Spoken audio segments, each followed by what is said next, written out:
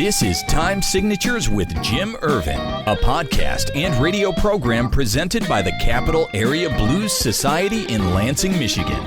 Driving up and down these Michigan roads, yeah. And now, here he is, your host, Jim Ervin. Baby, I'm home. Thank you so much, Parker. I'm your host, Jim Ervin, and this is Time Signatures.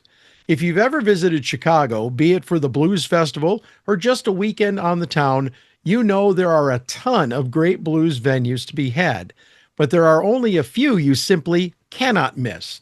Buddy Guy's Legends, the Kingston Mines, and of course, you better not miss a visit to Rosa's Lounge. Rosa's opened its doors in 1984 when an Italian immigrant decided to launch the business, catering to the hallowed tradition of Chicago blues lounges. He named the venue after his mother, Rosa, who followed him to Chicago to help. Mama Rosa has since returned to her native Italy after 30 years with the business, but our guest and his wife, Marnie, remain focused on their mission. And they've added something new to the mix, a fine line of offerings that they have indeed, the all-new Rosa's Lounge record label. And here to talk about all the details is Tony Mangiullo. Tony, what an honor, sir. Welcome to Time Signatures. How are you? Well, thank you for having me. Thank you. Well, it's a pleasure, and I hope I got your last name correct. Yeah, that's Tony Mangiullo. Yeah. There you go. So before we dig into all the new stuff happening at Rosa's Lounge, we have to talk a little bit of history with you. I'd love to hear about your story of your travel to Chicago in 1978. Okay. Well, as a young student, obviously I got interested in the blues back in Milano, Italy. And at that time, that was just about impossible, to go buy a record or, don't let me talk about going to a club and finding a blues band. It was not such a thing. In fact, my first blues concert was actually not a blues concert.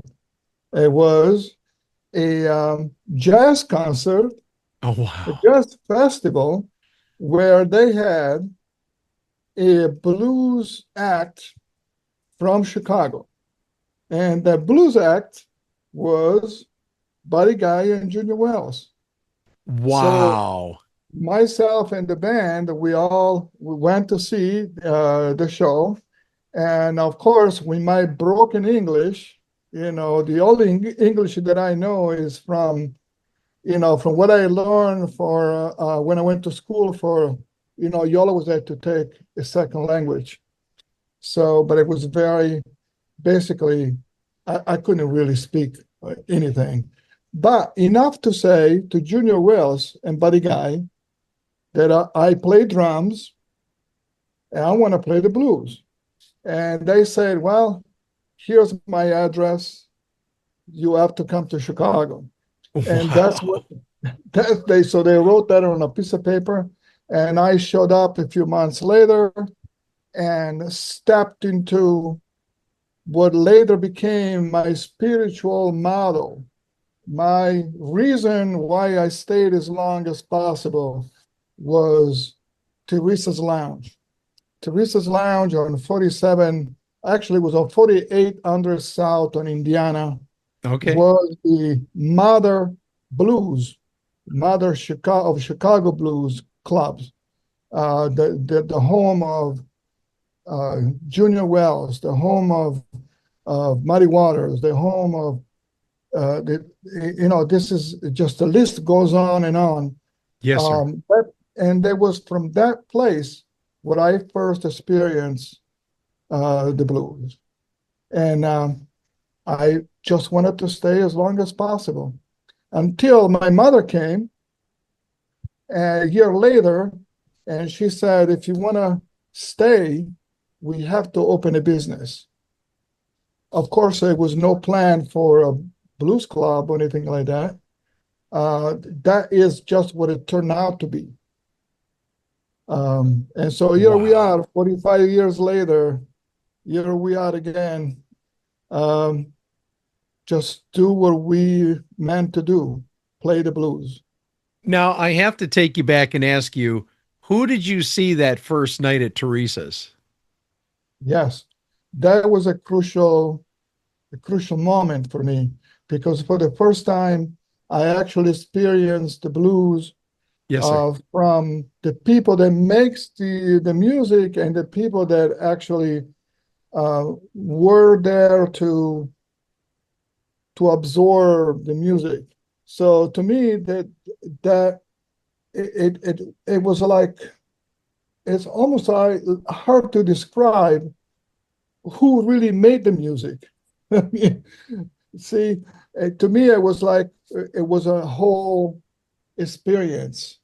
Yes, sir. So just to give you a description, you would at Teresa's Lounge, you would see, people playing cards and a girlfriend and a boyfriend having an argument at the table, or people drinking and, doing their own thing. And Sure. then suddenly the singer will say something that struck somebody's attention, and then you'll get this response. You see what I mean? So Yeah. to me, that music was the soundtrack of their life. That's the way I saw it. And it was such a beautiful thing to be able to be there and experience that authenticity. Now, rumor has it John Primer was there that first night. Is that correct? That is correct. That was my first blues jam was with John Man, Prine. a very young John Primer at the time, too, I might add. Yeah, well, that was back in 1978. Yes. Yeah. Wow. Yeah. Well, Tony, I want to fast forward here to 1984. As you mentioned, you and your mom, your Mama Rosa opened Rosa's Lounge and began building a reputation as Chicago's friendliest blues venue, correct? Correct. Yeah. So here I am, working with. Obviously, I finally got a job Mhm. playing drums, and I was very happy at that period. Here I am in my young 20s, and traveling with blues legends that months or a year before I was just starting them on records. Now here I am playing with Homesick James, Big Walter Horton. Here I am playing with Jimmy Rogers, Blues All Stars. So I was just dreaming. I was just, Yeah. I was just, dreaming. But my mother, pinned me down, and she said, this is the time to open a business. And of course, there was no plan for an actual business as a blues club. That is just what it became to be.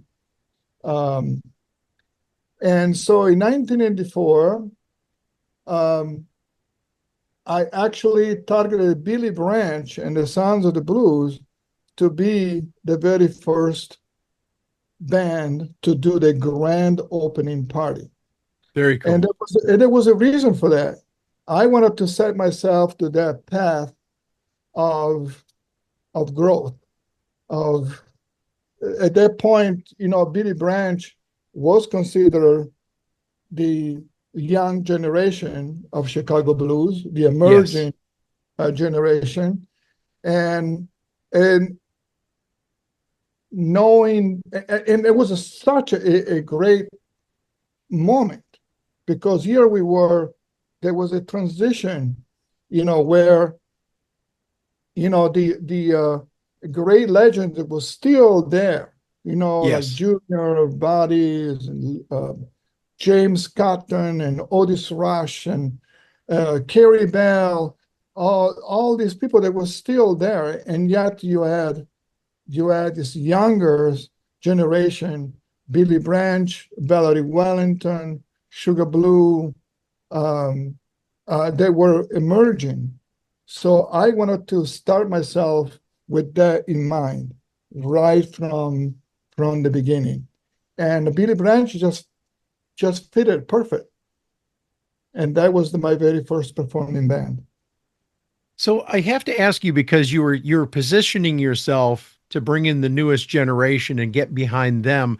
Was there any concern at all that the older members, the older generation, wouldn't accept what you were doing? Um, no, not exactly. Okay. uh, you know, Junior Wells, and everybody was. Oh, by the way, of course, we respect the tradition. Yes, sir.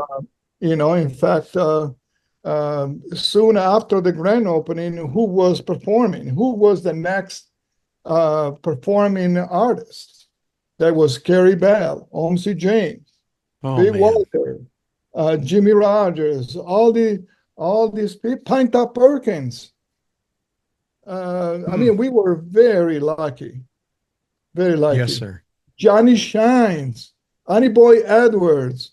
Now I don't have the list in front of me, but we No, were you're so good. lucky. We were so lucky. So there was no, how can I say it? Yes, we embrace the new generation as much as we respect the tradition of the blues. Yes, And sir. we always wanted to offer the largest spectrum of the blues. And so our philosophy will continue as with anything that we approach on the same way. Beautiful. Yeah. I'm just sitting here wishing that I was involved with the blues 30, 40 years ago, because all those names I can't even imagine, and they've all graced the stage at Rosa's. And of course, you didn't have what you have now, which I think one of the coolest advantages that I think that you have over all of the other blues venues in Chicago is you have that live stream each weekend, Tony. On average, how many viewers do you draw? So during pandemic, we were drawing, 2, 3, 400 unique viewers. Yes, sir. Now, of course, it's a little bit less, but still very a very important tool for us to have, not just for the club, but also for the artist, because we are producing visual and sound that are pretty high quality, and Yes, it is. that is a great tool for the artist, because they can use it to promote themselves and get more jobs, and especially for promoters like me who depend on the artist's live performance. Yes, sir. Festival, clubs, they all wanted to know what the artist can really do live. So this tool, this live stream tool, is really important. And on top of that, it makes us better. It makes Well, all and better. it truly is a global audience, correct? Absolutely. We have people come, watching from all over the world. Yeah. Wow. So coming from those humble beginnings, now 41 plus years later, you formed a beautiful relationship with some of the top names of the business, haven't you? Because they've all played there. Yeah, I like to think that. Yes. Well, speaking of beautiful relationships, we have to turn our attention to your latest project, Rosa's Lounge Records, a very special project indeed, headed up by yourself and your lovely wife, Marnie, correct? Yes, that's correct. So again, the Rosa's Lounge Records yes, it's a new project, but at the same time, this is pretty much what I have done in a smaller scale. I always had this necessity to have something that is a record of an evening, of the performance, because I really thought we had something valuable, something that it might not be repeated It's something that is made for the moment. And I want to be able to keep a record of that. And so the idea of the record company, of course, it's much different than just taking a VHS camera and just take some video clips. Right, It's right. definitely much more a commitment and a seriousness of this. But this comes, it's born from this necessity of believing that we have something that is valuable, and that is the art of the music, the people that makes it, and I wanted to be able to feature that art, that expression in the most honest way. Yes, sir. Now, I'm told that this chapter began during the COVID pandemic. Take me through the process of putting this together. And Tony, I have to ask you, why would you venture into forming a record label, and what sets Rose's Lounge Records apart from the likes of Alligator, Blind Pig, and others? Well, what sets apart is that we don't want to. We're not comparing. We're not comparing. Okay. We All are, right. you know, we are not definitely want to be compared, but of course, we believe in a true partnership with the artist. And Billy Branch, again, this is not a coincidence. We have built a relationship with Billy Branch. It's family. It's Billy Branch. It's families. I can easily call him my brother. Obviously, time will tell, but it is our relationship. It is our relationship and our philosophy. We are looking for talents that truly believe in their work, and they are willing to invest as much as we wanted to invest in that art form. And so we are joining in as a partnership. We are not going to have situation where we own their work, or it's not going to be any such a thing. We wanted to make sure that the artists keep their ownership. Wow. That might be something that might be different. Yes, indeed. I'm not sure, but Billy Branch is our very first project in a very on record, and we definitely wanted to achieve the most success in this. We truly believe in his work. This is going to be the blues is my biography, and we really like his work and the spectrum, how he's presenting it. Well, and you've watched him develop over the years, haven't you? Oh yeah, absolutely. Yeah. But how cool is it? And I have to say, who else could you have for your first project but Billy Branch? Right. I mean, that again, we're just so lucky. Okay. We're just so lucky. It could not happen any better. And of course, in this album, he's actually collaborating with Ronnie Baker Brooks, Yes. Shamika Copeland, Yep. and Bobby Rush. I mean, those are very strong collaborations. And the producer, Larry Batiste. I mean, again, we are so lucky that we are be able to be involved in being the very first record.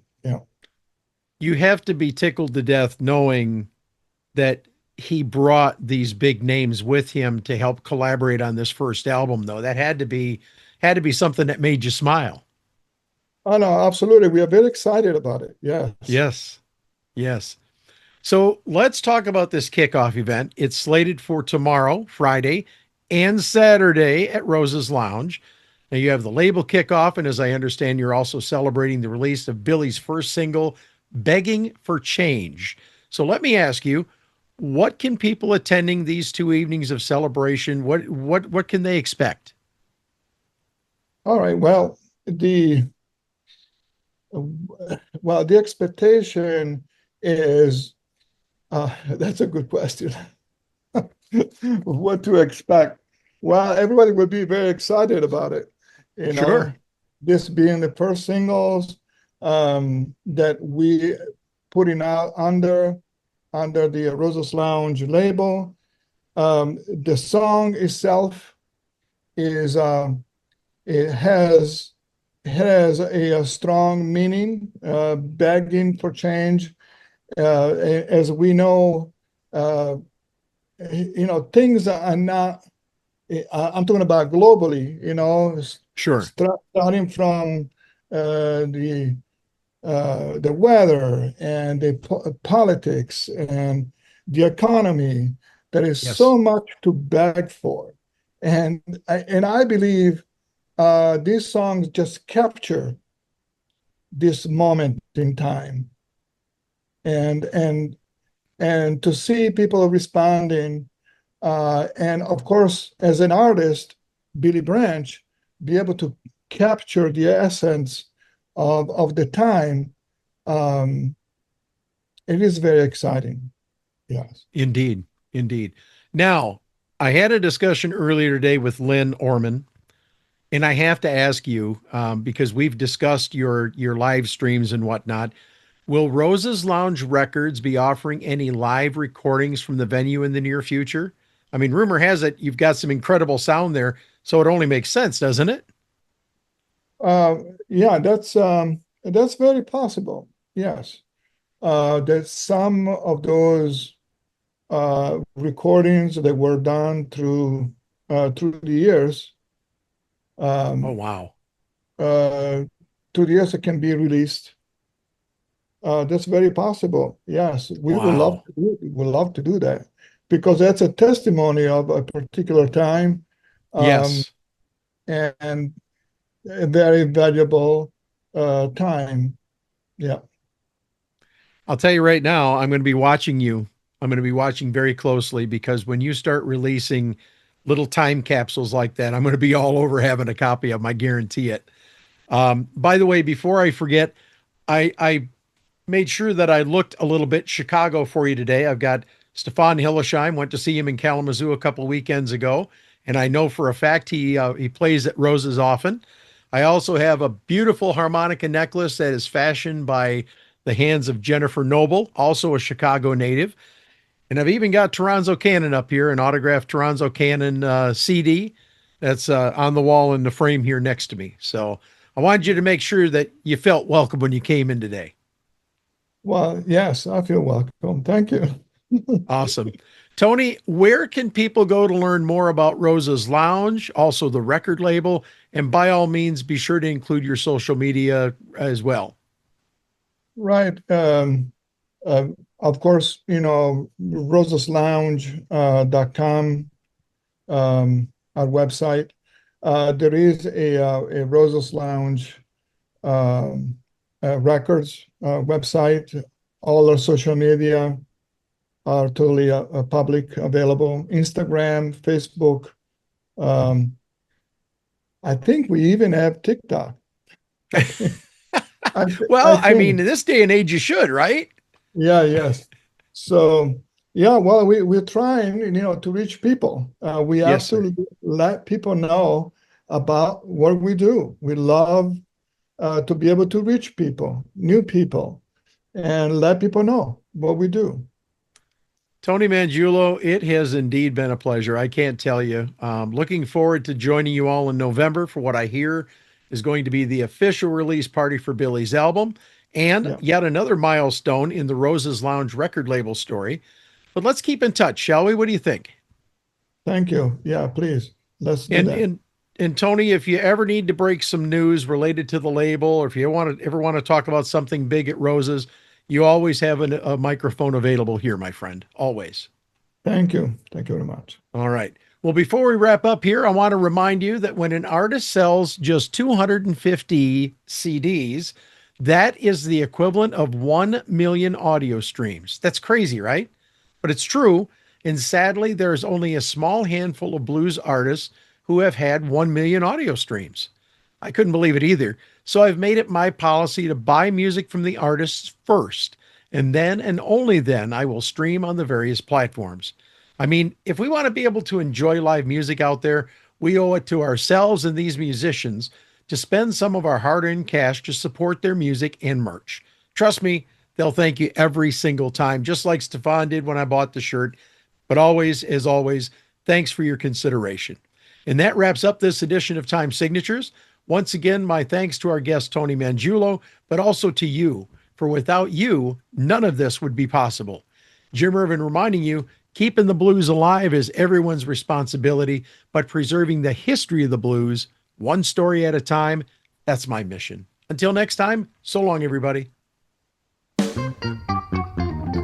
This has been Time Signatures with Jim Ervin, presented by the Capital Area Blues Society in Lansing, Michigan. For more information on cabs, visit capitalareablues.org. You can find this episode and past episodes at lcconnect.org. The Time Signatures theme song, Michigan Roads, is used by permission and was written by Root Doctor, featuring Freddie Cunningham. You know I'm trying, baby, driving up and down these Michigan roads, yeah. Until next time, keep on keeping the blues alive.